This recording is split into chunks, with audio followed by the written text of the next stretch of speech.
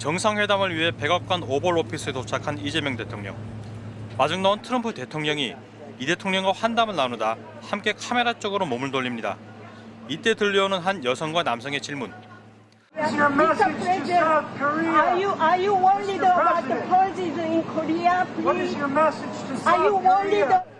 그러자 트럼프 대통령은 즉각 이 대통령 귀에 대고 짧게 속삭입니다. 정상회담 3시간 전 트럼프 대통령이 SNS에 올린 숙청이라는 발언에 대한 질문이 나올 때 트럼프 스스로가 그것들은 가짜뉴스라고 말한 것입니다. 이후로 숙청에 대해 너댓 번 외치던 질문이 나왔는데 트럼프 대통령은 이에 대해 회담에 대한 기대를 갖고 있다고 응수했습니다. We're going to have a good meeting. We're going to have a great meeting. 트럼프 대통령의 이 같은 태도 변화에는 회담 전 발빠르게 트럼프 대통령의 오해를 불식시킨 우리 정부의 대응이 있었던 것으로 보입니다. 이례적으로 순방에 동행했던 강훈식 대통령 비서실장은 트럼프의 SNS 글이 올라온 지 약 1시간 뒤 백악관 실세인 수지 와일스 미국 대통령 비서실장과 40분간 면담했습니다. 강 실장은 이 자리에서 트럼프 대통령에게 정확한 사실관계를 다시 보고해달라고 요청했다고 밝히기도 했습니다. 이후 트럼프 대통령은 화기애애한 분위기 속에 정상회담을 마쳤고 이재명 대통령을 친구라고도 불렀습니다. 한미의원연맹 회장을 맡고 있는 조정식 의원은 한국 내 극우 세력과 연결된 미국 내 세력이 영향을 줬을 가능성이 있다고 해석했습니다. 한국의 정치 상황에 대해서 내라는 정당한 거다. 계속 전달했을 거다 그렇게 보면 됩니까? 백악관에다가 이제 그런 얘기를 하려고 많이 하는 거죠. 한국과 연결되는 사람들이 있어요.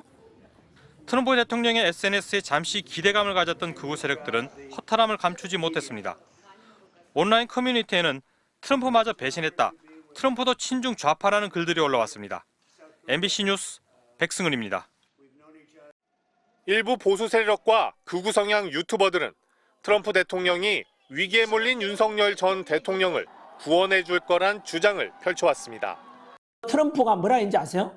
Really admire. 나는 진실로 윤석열을 존경한다 그랬어요. 구치소에 갇혀서 인권 유린당하고 있죠.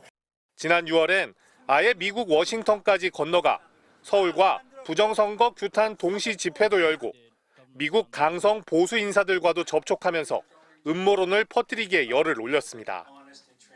President Trump, you know what election fraud looks like. Now it's happening to your allies. Please act and act soon. 정상회담 직전까지도 이들은 이른바 트럼프 구원론을 반복했습니다. 야 이재명, 왜 윤석열 대통령의 비상겸이 내란이냐라면 이재명은 단 한마디도 못할 겁니다. 왜요? 야당 정치인들도 나섰습니다.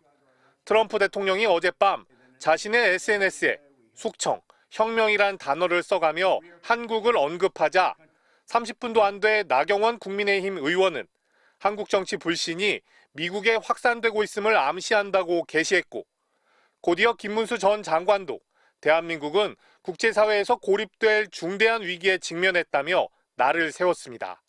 하지만 불과 몇 시간 뒤 정상회담장에서 이재명 대통령의 설명을 들은 트럼프 대통령은 오해였다고 입장을 밝혔습니다. Because it didn't sound to me like South Korea. I am sure it's a misunderstanding, but you know there is a rumor. 국내 보수 세력들의 트럼프에 대한 기대는 트럼프마저 배신했다, 트럼프도 친중 좌파라는 실망감으로 바뀌었습니다. 트럼프가 결국 장사꾼 기질을 보이면서 이재명과 꼭 손을 잡았습니다. 황당한 주장에 불과했던 이들의 선동이 미국 대통령에까지 전달돼 언급되며 국익마저 훼손될 우려까지 일었던 지난밤. 오히려 일부 보수 세력의 주장이 근거 없는 망상이었다는 상식적 결론으로 종결됐습니다. MBC 뉴스 박진준입니다. 한미 정상회담 3시간 전 트럼프 미국 대통령이 자신의 SNS 계정에 한국에서 숙청이나 혁명이 일어나는 것 같다는 글을 올렸습니다.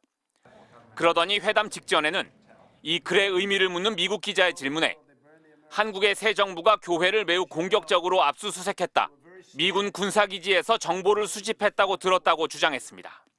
이를 두고 트럼프 대통령이 윤석열, 김건희 부부에 대한 한국 특검의 수사에 불쾌감을 드러낸 것이라는 해석이 나왔습니다. 또 한미 정상회담에 부정적 영향을 미칠 것이라는 우려도 제기됐는데 막상 회담이 시작되자 상황은 싱겁게 마무리됐습니다. 회담 도중 SNS 글의 맥락에 대한 질문에 트럼프 대통령이 이 대통령에게 발언 기회를 양보했고 I could ask you now if you want. 이 대통령이 내란으로 인한 국내 정세와 특검의 수사 상황을 언급하면서 트럼프 대통령의 오해가 바로 풀린 겁니다. 미군을 직접 수사한 게 아니고 그 부대 안에 있는 한국군의 통제 시스템이 어떻게 작동했나를 확인한 것 같습니다. 회담이 끝난 뒤 이 대통령은 트럼프 대통령의 SNS 글이 매우 위협적이었다며 참모들은 젤렌스키와 트럼프의 회담 같은 상황이 재현될까 우려했다고 당시 상황을 떠올렸습니다. 그러면서도 자신은 그렇게 되지 않을 것을 알았다며 그 이유를 이렇게 설명했습니다. 왜냐하면 제가 트럼프 대통령이 쓴 거래의 기술, The Art of the Deal을 읽었기 때문이죠. 최종적으로 불합리한 결론에 이르게 하지는 않는다.